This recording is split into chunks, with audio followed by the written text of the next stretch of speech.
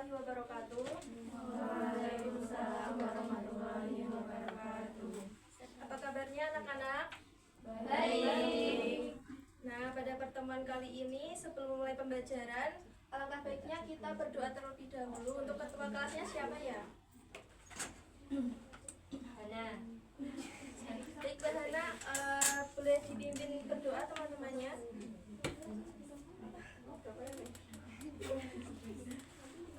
Berdoa mulai. Berdoa selesai.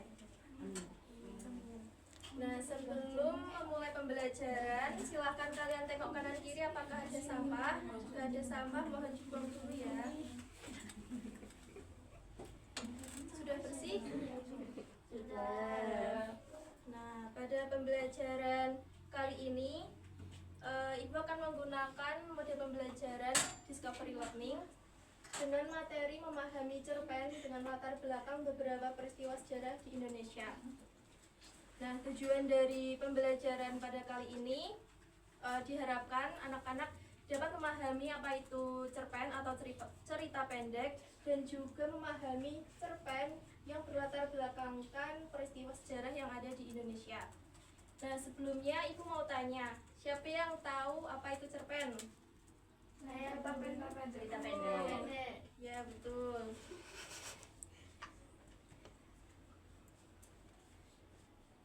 Jadi, cerpen adalah kisahan yang kurang dari 10.000 kata yang memberikan kesan tunggal yang dominan dan memusatkan diri pada satu tokoh yang lebih dominan. Jadi cerpen tersebut itu menyajikan kisah atau cerita yang di dalamnya itu fokus pada satu tokoh utama saja dan juga satu peristiwa yang terbatas sehingga dikatakan sebagai cerpen atau cerita pendek. Nah, dari cerpen tersebut tujuannya itu bermacam-macam, ada untuk hiburan, edukasi, dan juga untuk menyampaikan pesan moral. Nah, sekarang Ibu mau tanya, kan ini materinya tentang cerpen yang berlatarkan peristiwa sejarah di Indonesia. Ada yang bisa menyebutkan contoh cerpen yang berlatar belakangkan sejarah di Indonesia? Ya, Mbak Septi, silakan. Ada cerita tentang Jenderal Sudirman, terus ada Bung Tomo dan Ki Hajar Dewantara sebagai pelopor pendidikan. Ya, betul sekali. Tepuk tangan untuk Mbak Septi. Nah, kan kita sudah mengerti pengertian dari cerpen atau cerita pendek. Selanjutnya memasuki materi selanjutnya yaitu ciri-ciri cerpen. Nah, ciri-ciri cerpen itu sebenarnya ada banyak ya, tapi yang Ibu tampilkan hanya ada 4, yaitu yang pertama, cerpen berisi kata yang tidak lebih dari 10.000 kata. Selanjutnya, cerpen berfokus pada satu tokoh saja atau berfokus pada tokoh utama di dalamnya. Selanjutnya, cerpen itu tidak dibaca lebih dari 10 menit. Kemudian, cerpen sering disebut sebagai cerita yang selesai dibaca dalam sekali duduk. Nah, maksud dari cerita yang selesai dibaca dalam sekali duduk itu, kan tadi sudah dijelaskan bahwa cerpen berisi kata yang tidak lebih dari 10.000 kosakata, sehingga dalam membaca cerpen itu dapat mungkin hanya 3-5 menit saja.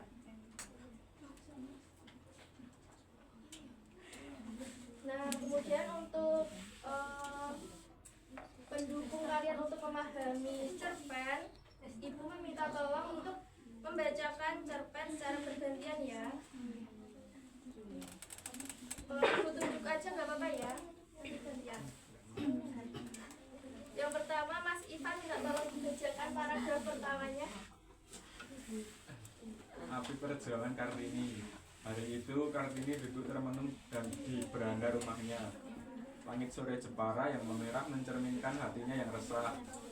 Meski terlahir dari keluarga bangsawan Jawa, Kartini merasa hidupnya terbelenggu oleh adat istiadat yang membatasi ruang geraknya sebagai seorang perempuan. Sejak kecil ia telah melihat bagaimana perempuan di sekitarnya tidak memiliki kesempatan untuk belajar dan menggambarkan dan mengembangkan diri. Hal itu semakin mengusik pikirannya ketika Kartini harus menjalani tradisi pingitan, di mana ia harus tinggal di dalam rumah hingga menikah. Nah, untuk paragraf selanjutnya minta tolong Mbak Nabila dibacakan paragraf kedua. Ya. Namun Kartini bukanlah perempuan yang mudah menyerah. Meski terkurung di rumah, pikirannya tetap bebas menjelajah. Ia mulai membaca buku-buku yang dihadiahkan oleh sahabat-sahabat Belandanya. Dari buku-buku itu, Kartini belajar tentang dunia luar, tentang perempuan-perempuan di Eropa yang memiliki kebebasan dan kesempatan yang sama dengan laki-laki. Pikiran Kartini terbuka. Ia menyadari bahwa pendidikan adalah kunci untuk mengubah nasib perempuan di negerinya. Kemudian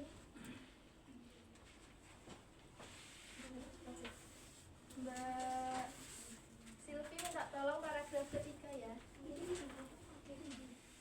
Dengan semangat yang menggebu-gebu, Kartini mulai menulis surat-surat kepada sahabat-sahabatnya di Belanda.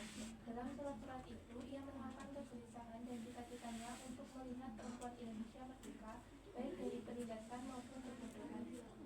Habis gelap terbitlah terang, menulisnya dalam salah satu surat yang terkenal. Bagi Kartini, masa depan yang cerah hanya bisa tercapai jika perempuan mendapatkan pendidikan yang layak. Kemudian Mbak Hana Kartini tak hanya berwacana. Setelah menikah dengan Bupati Rembang, ia mendirikan sekolah untuk perempuan di lingkungan rumahnya. Sekolah itu menjadi tempat di mana perempuan muda bisa belajar membaca, menulis, dan berbagai keterampilan lain bersama yang diajarkan oleh laki-laki.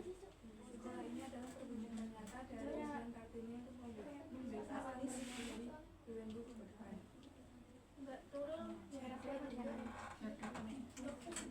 namun perjuangan Kartini tidak berlangsung lama. Pada usia 25 tahun, ia meninggal dunia setelah melahirkan anak pertamanya. Kepergian Kartini yang begitu cepat meninggalkan duka mendalam bagi keluarga dan sahabat-sahabatnya. Namun, surat-surat yang ia tulis selama hidupnya menjadi warisan berharga yang terus menginspirasi perjuangan perempuan Indonesia.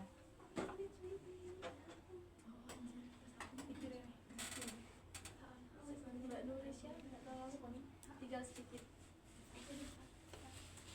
Nama Kartini terus dikenang sebagai pelopor emansipasi perempuan Indonesia. Sejak tanggal 21 April, masyarakat Indonesia memperingati Hari Kartini sebagai simbol kebangkitan perempuan. Meski hidupnya singkat, api perjuangan yang dinyalakan oleh Kartini tidak pernah padam. Ia mengajarkan kita bahwa pendidikan dan sebenarnya untuk bermimpi adalah senjata paling ampuh untuk melawan segala bentuk penindasan.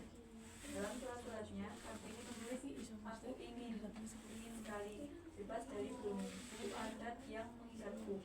Kalimat ini menggema hingga kini, menjadi dorongan bagi setiap perempuan untuk terus berjuang meraih mimpi dan hak mereka.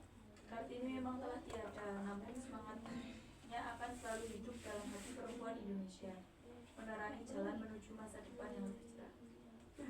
Oke, baik.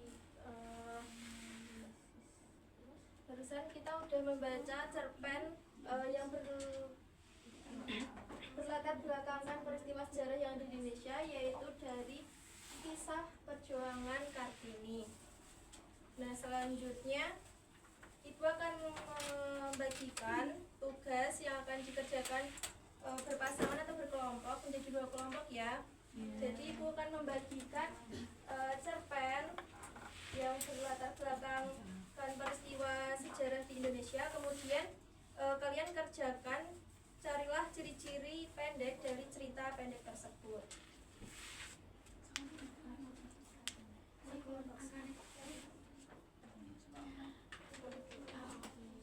Nah, silakan dibaca terlebih dahulu cerpennya, kemudian dicari ciri-ciri pendeknya ya. Jika ada yang tidak dimengerti, bisa tanyakan ke Ibu.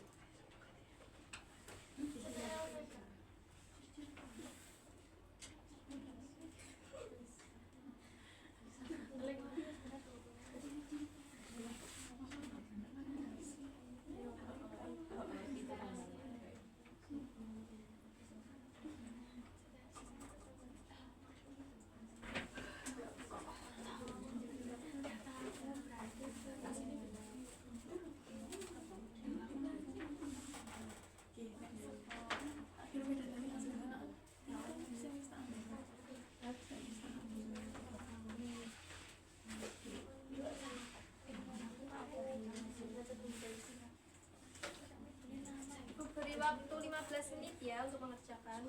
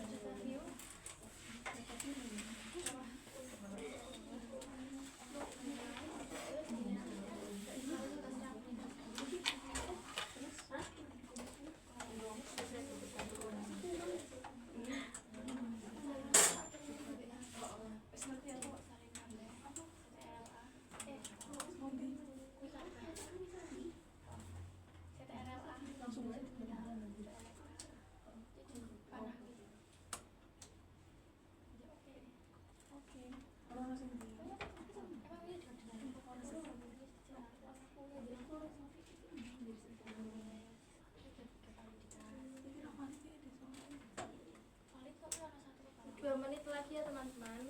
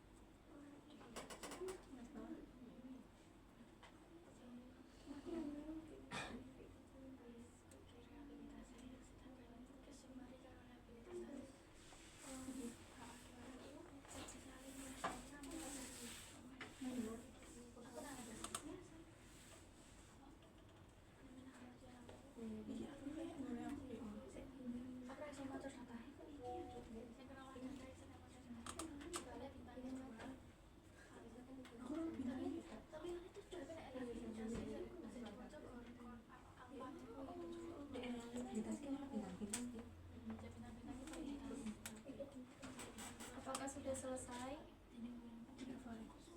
mengerjakannya?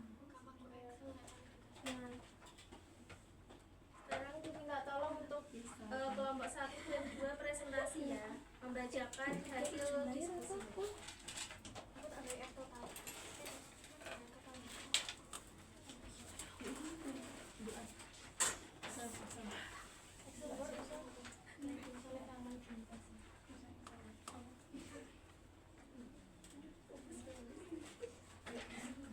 Silakan. Ya. Assalamualaikum warahmatullahi wabarakatuh. Perkenalkan, saya dari kelompok 1 izin menyampaikan hasil diskusi kami dengan cerpen yang berjudul Di Bawah Langit Gonjol.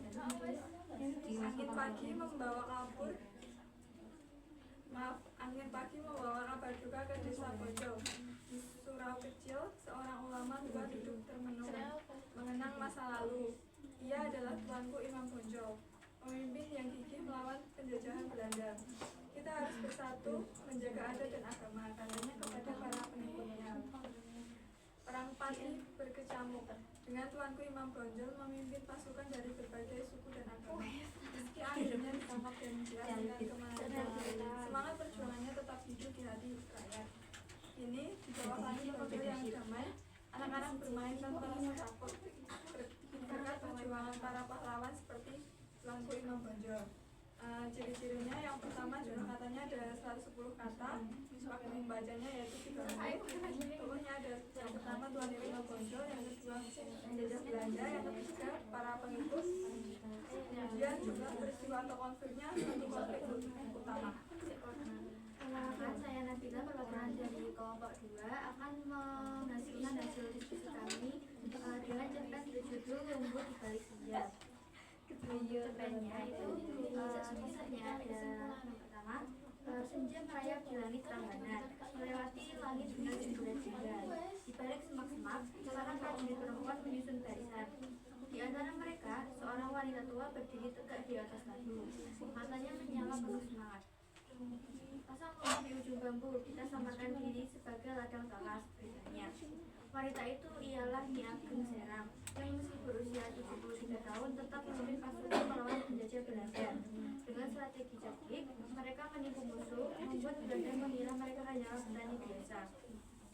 Ketika malam tiba, pasukan Nyi Ageng Serang menyerbu mengejutkan musuh yang lemah. Kemenangan demi kemenangan diraih, membuktikan bahwa usia bukanlah halangan untuk berjuang demi kemerdekaan. Untuk ciri-ciri sebenarnya, yang pertama yaitu jumlah katanya ada 150 kata, yang kedua ada waktu membaca yaitu sekitar 4 menit, yang ketiga tokohnya ada Nyi Ageng Serang, prajurit perempuan dan pasukan Belanda. Jumlah peristiwa atau konflik yaitu 1 konflik utama. Karena sudah berani untuk presentasi, Ibu mau kasih sedikit reward ya. Silakan ambil. Terima kasih Bu. Sama-sama. Terima kasih Bu. Silakan sudah duduk. Beri tepuk tangan untuk teman-teman yang sudah presentasi. Nah, jadi kalian udah bisa mengerjakan tentang untuk mencari ciri-ciri pendek yang ada di cerpen atau cerita pendek. Kemudian Ibu akan membacakan kesimpulan pada pembelajaran hari ini, yaitu cerpen atau cerita pendek adalah salah satu karya sastra yang isinya yaitu berfokus pada satu tokoh dan satu peristiwa utama. Kemudian penulisan cerpen tidak lebih dari 10.000 kosakata. Seperti karya sastra lainnya, menentukan ide cerpen dapat melalui peristiwa-peristiwa yang pernah terjadi. Salah satunya itu tentang latar belakang peristiwa sejarah yang ada di Indonesia. Nah, sebelum Ibu menutup pembelajaran pada hari ini, apakah ada yang ingin ditanyakan? Atau sudah paham semuanya? Paham.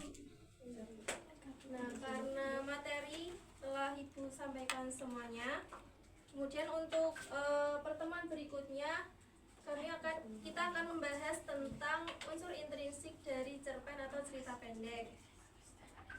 Nah, sebelum menutup pembelajaran, mari kita ucapkan hamdalah bersama-sama. Alhamdulillahirrahmanirrahim. Cukupkan. Sekian. Wassalamualaikum warahmatullahi wabarakatuh.